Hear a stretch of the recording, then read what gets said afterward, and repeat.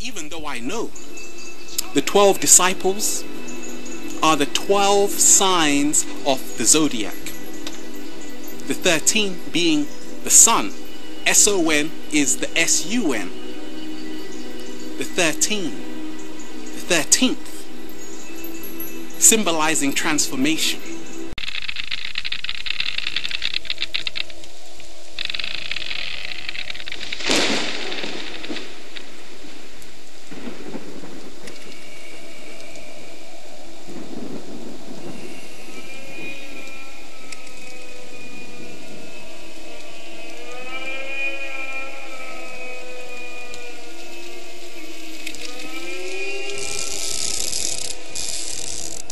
Similar to the retina of our eyes. That is why in ancient cultures they refer to the pineal gland as being the inner eye or the third eye. So we have to see how powerful the pineal gland is. I found 5 ways on my journey to decalcify the pineal gland to help activate it, so we can once again tap into our infinite power, because being free is our birthright.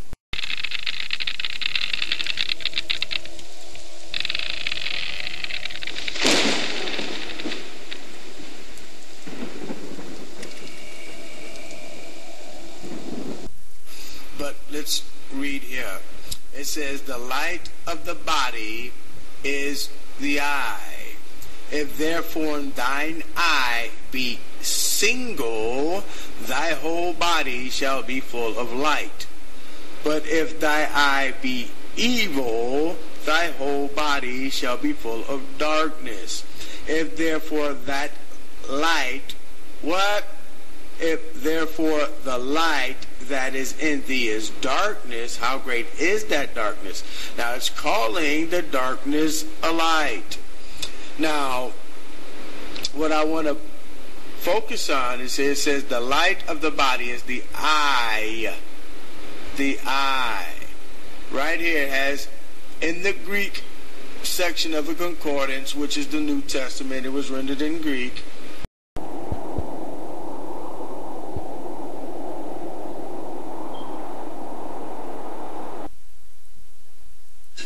Lucifer is the light of the world. I meant that he always is the counterfeit of anything to do with God, anything to do with Jesus, anything to do with the Father, the Son, the Holy Spirit. In John 8:12, it says, Then spake Jesus again unto them, saying, I am the light of the world. He that followeth me shall not walk in darkness, but shall have the light of life. So if we are to follow the counterfeit light, we would be walking in darkness. The darkness of Satan, the devil. Yes, we are worthy. Together, we are deserving. And it's just liberating to see us embrace the power which has been hidden away from us for so long. The long nights, sleepless nights, because we felt we weren't worthy. Peace, infinite waters, diving deep. I'm Ed Griffin. I'm an author, researcher. I've written some books. I've written a book most recently of interest called The Creature from Jekyll Island, a second look at the Federal Reserve System. And I've written other things on the United Nations called The Fearful Master. I wrote a book on natural cancer research and therapy called World Without Cancer. Well, the United Nations is different things to different people. Most people think that the UN is our last best hope for peace. That's the way it was sold to me when I was in school. It was offered as an organization where different nations could come together and work out their problems and their grievances in a peaceful manner, and be a means of reducing world conflict and increasing the economic prosperity of all of the member nations and all of these wonderful things. In reality, it turns out to be none of the above.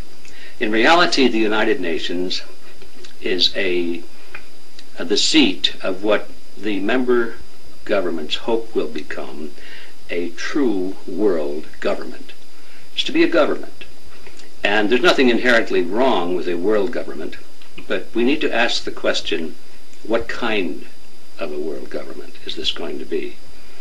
If the United Nations were going to be a government based on all of the things they've said it was going to be, peace and prosperity and protecting individual rights and all of these things, I think it'd be pretty hard to oppose it. But in reality, it's being built as a model of collectivism. The political ideology that is inherent in the United Nations is collectivism. It's a word that probably needs to be defined for our purposes here, but in general, it means a totalitarian system, a system of concentration at the top and the people being at the bottom, being ruled from above.